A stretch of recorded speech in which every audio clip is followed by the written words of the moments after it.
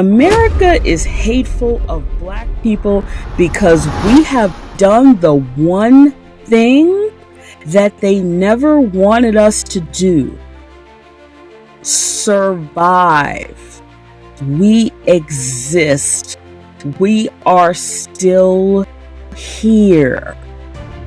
The Middle Passage, and if you don't know what that is, please Google it, should have killed us. Slavery should have killed most of us. Jim Crow and Reconstruction tried desperately to kill most of us. These states are racist. They are run by racists who want to do nothing more than to see black people suffer. Because as bad as things are now in these states, they're going to get exponentially worse. Today's episode is advice to black people who live in places I highly recommend they not live. But I want black people who live in the places I am about to highlight to start making a plan to seriously get out. Here's the list. Number 1, and this boggles my mind every census: Mississippi. There are states in this country who have made it their mission and their job to disenfranchise black people in every way, shape, and form. Hey everyone, Brick City Brown Chick coming at you with another episode. I have been trying to tape this episode for a couple of weeks now. So, as the expression goes, better late than pregnant. So here we are. The title of today's episode is What the Hell Did We Do? And this is an episode for my fellow black Americans. I'm not going to differentiate whether you're foundational black or from the Caribbean or from Africa, whoever, wherever. As long as you're a black person living in America, this is for you. White people, that's not to say you can't listen to this episode. Just understand it's directed at black people.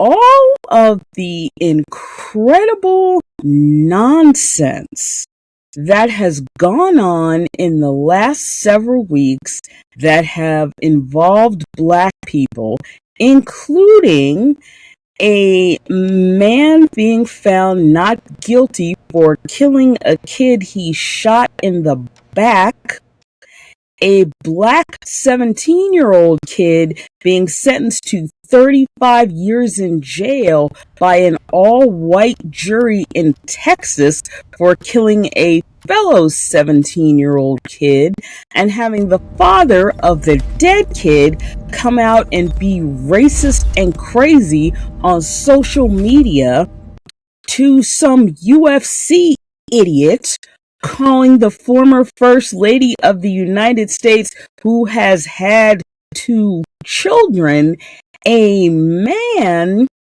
And I have been super riled up and super angry. I do not function in a good headspace when I am angry. That's just me. I don't know about anybody else. But when I'm really pissed off, it's hard to focus and get things accomplished. I am a solutions-oriented person. Now, what does that mean?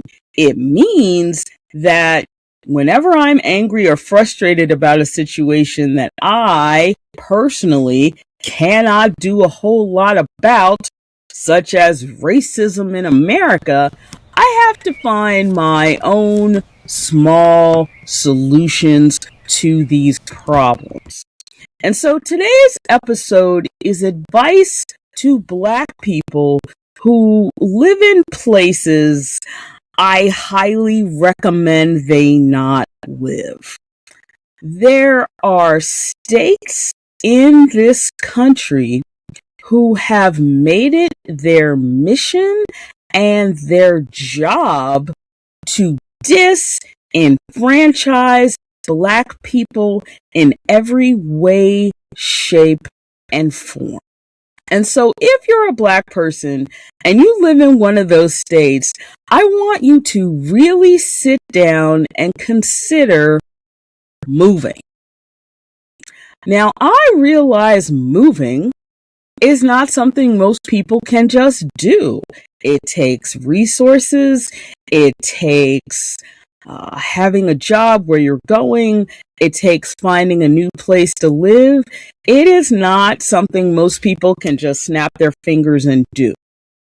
But I want Black people who live in the places I am about to highlight to start making a plan to seriously get out. These states are racist. They are run by racists who want to do nothing more than to see Black people suffer. They are no better than the current occupant of the White House and his minions.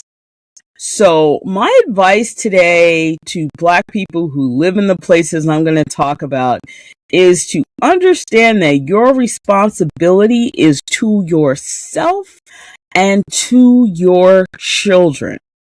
So it is your responsibility to make a way out of no way, something Black people have always done, and pack up and get out. Because as bad as things are now in these states, they're going to get exponentially worse. But before I talk about the specific states, I want to talk about why America is so hateful to Black people. And I really don't think it is as complicated as people try to make it. The bottom line for me is America is hateful of Black people because we have done the one thing that they never wanted us to do. Survive.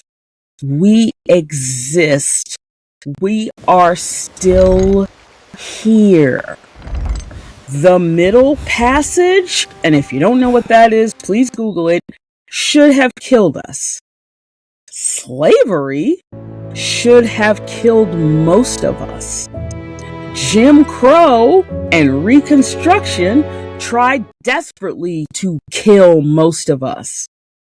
And now we are in Jim Crow 2.0 with this newest generation of hate-filled, nasty, MAGA maggots who are trying their best to rid this country of us. They clearly have not learned the lesson from their ancestors that there is no getting rid of us. Your ancestors brought my ancestors here, and this is our home, and we are not going anywhere. So it's really time to suck it up, Buttercup, white people, and deal with the reality that Black people are here to stay. And regardless of what you try to do to make our lives hell, we will continue to do what we have always done. Survive. Now to my Black folks who are living in states that you just need to leave. Here's the list. Number 1, and this boggles my mind every census, Mississippi. Mississippi has more Black people per capita than any other state in the Union. I do not understand. 38% of Mississippi are black people. Mississippi is the state that is always leading in all things bad. It has the highest poverty rate. It has the highest jobless rate. It has the least percentage of people who have college degrees. It has the highest dropout rate. It has the highest teen pregnancy rate. Mississippi is not a good place for anyone, but particularly for black people. Please leave Mississippi. Now, what I hear when I say things like that from people from Mississippi is that I don't understand because I'm a northerner and I don't understand their connection to the land, their connection to their heritage, and their connection to their ancestors. Their great-great-grandfather might have left them a piece of land. It's been in the family for 4 generations, and they don't want to leave it. And what I say to that is, if your great-great-grandfather were here, he would tell you to get the hell out of Mississippi. And I really don't think the fact that I am from the North makes any difference in this situation because I am the daughter of 2 Southerners. My mother is from North Carolina and my father is deceased, but he was from Georgia.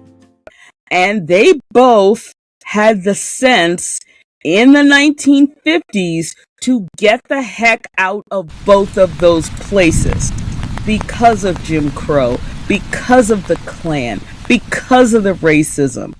They both left their respective states. And the bottom line is, if they hadn't, I wouldn't be here because they never would have met. But they had the sense to leave. Please have the sense to leave Mississippi, first and foremost. Number 2, not much better, Louisiana.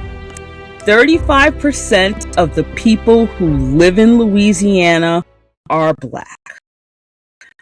Louisiana is a state that's known mostly for 2 things: New Orleans / Mardi Gras and political corruption. You haven't seen political corruption until you've gone to Louisiana.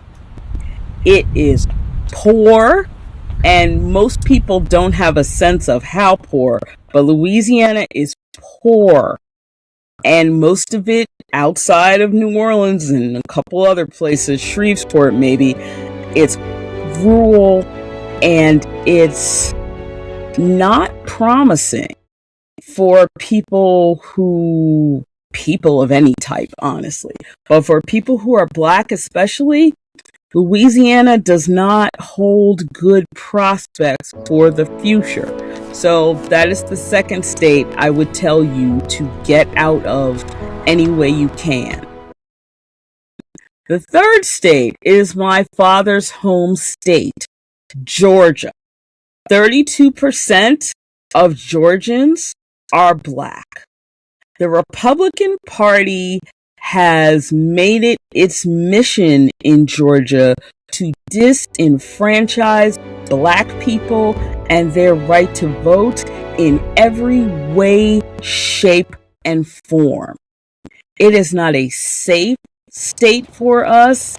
It is not a state that wants to protect the rights of black people or the rights of women for that matter. Most of the states on this list have enacted crazy abortion laws since Roe v. Wade was overturned, and that includes Louisiana.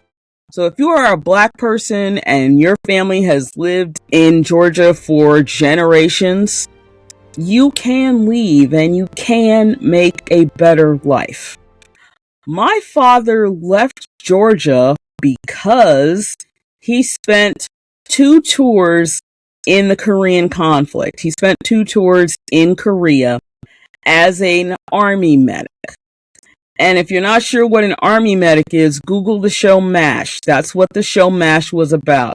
Men and women who worked on the front line to patch soldiers up so they could send them back to the front. That's what my father did. And when he returned from Korea, he felt very strongly that he was not going to live in a state that disrespected him as a black man, where white men wanted to call him boy and have him respond to them. He was not going to do that. He fought for this country and he was going to be treated equally. And that's why he left Georgia.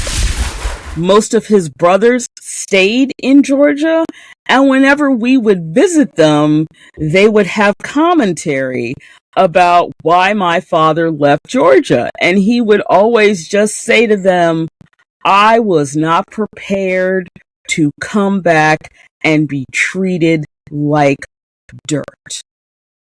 I served this country just like white men did. I deserve that respect. People of Georgia, you deserve that respect. Please find somewhere else to live. 29% of the residents of this state are black, and that is Alabama. I don't know a ton about Alabama. I've been through it a couple of times on a flight, but what I know about Alabama is from the Civil Rights Movement, is from MLK and the Edmund Pettus Bridge and just crazy racist crap that went on in Alabama, in Selma, and the Montgomery boycotts and all those things. Alabama has not changed all that much since then, and that was close to 60 years ago, before I was born. The fact that so little progress has been made in 60 years is enough of a reason for black people to get the heck out. Next on this list, South Carolina. 26% of the people who live in South Carolina are black. Here's what I'm going to say, black folks from South Carolina. Tim Scott and Lindsey Graham. If you live in South Carolina, that's all you need me to say. These are your senators. These are the people who represent you.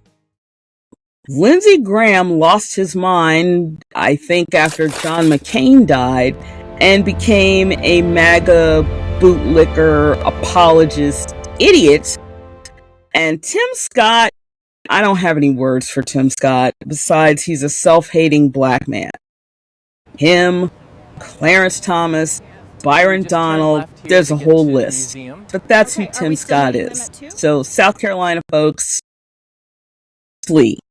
That's my advice. Also on this list is my mother's home state. That would be North Carolina. 23% of people who live in North Carolina are black. Since my mother decided in her elder years to move back to North Carolina, I spend quite a bit of time there every year, and I never cease to be amazed, horrified, fill in the blank, at the Confederate flags and the MAGA signs and the 47 flags. North Carolina is a state of prosperity and commerce if you're white. There is Raleigh, Durham, Chapel Hill, which is called the Research Triangle. There is Charlotte, which is on the western side of the state, but is a huge banking industry. A lot of banks are headquartered in Charlotte. Unlike Louisiana or Mississippi, North Carolina has no excuse. no excuse to continue to be hateful and racist, except that's what it wants to do, be hateful and racist. I absolutely could never live in North Carolina. For my mother, it's home. It is where she grew up. It is where she spent the first 24, 25 years of her life because she went to college there. She went to North Carolina A&T. So North Carolina really is home. So she has a very different emotional connection to the state than I do. It is not my home. I am born and raised in New Jersey. North Carolina is not my home, but it is the home to my family, to my mother's family. So I understand her connection to it. I just don't have it. And my advice to Black people who live there is to get the heck out. So those are the top states that I would advise Black people to leave. Mississippi, Louisiana, Georgia, Alabama, North Carolina, and South Carolina. Where would I advise you to go? Where do I think you can have a life with similar expectations of being able to go to school, get an education, get ahead, find other ways to live and to work and to still have the kind of life you're used to a point from living in the South? The first state I would suggest is Maryland, which is the state I live in. And that's not why I'm suggesting it. It's just the reality of where Maryland is. It's close to Washington, D.C. It's just on the other side of Delaware and on the other side of Virginia. This whole part of the Northeast corridor is one of the places where jobs are always available, where people change careers and go into different types of industries. So I would recommend Maryland. Also, in that same vein, I would recommend Delaware. Now, Delaware is a state I've spent some time in, not nearly as much as North Carolina and Georgia, but there are lots of tax incentives for living in Delaware. And even though it's our first state, it's our second smallest state. I think Rhode Island is smaller than Delaware. Don't quote me on that, but I think that's the case.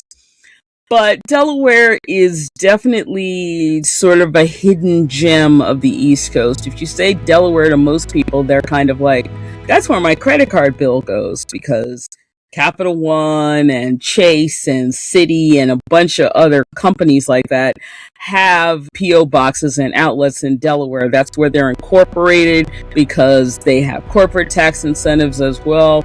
But Delaware is a place I would recommend. And the final place I would recommend is our neighbor to the south on the other side of DC, which is Virginia. My caveat about Virginia for Black people is move to Northern Virginia.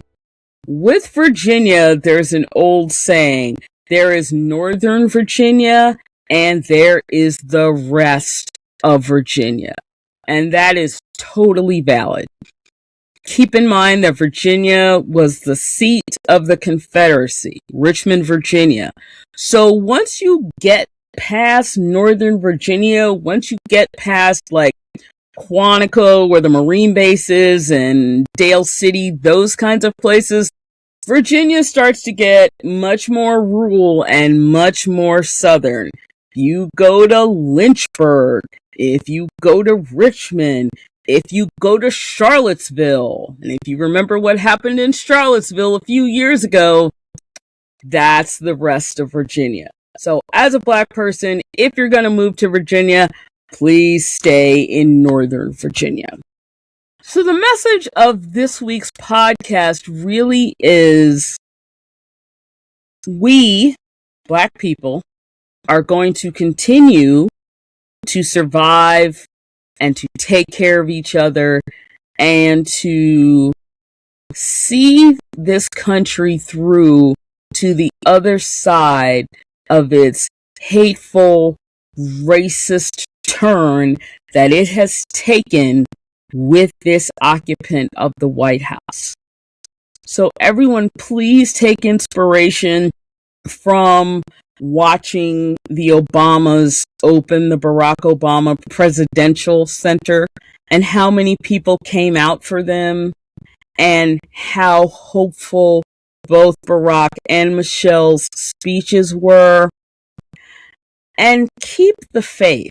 And I know from firsthand experience that is so much easier said than done.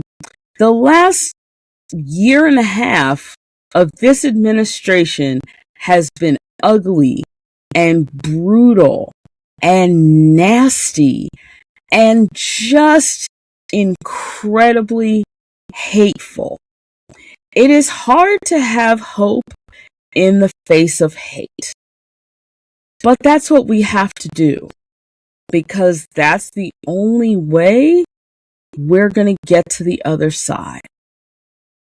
I want to thank everybody for joining me this week. If you are not subscribed to this podcast, under my head here somewhere is a subscribe button. Please subscribe. If you know someone or think you know someone who would enjoy this podcast, please send this week's episode on to them. And also hit the notifications button. I upload an episode every couple of weeks or so. Now, give or take sometimes, because as I've been saying lately, life be lifing over here. But please give this channel a hype and a shout out. I would appreciate that. And I will see you all in a couple of weeks. Take care.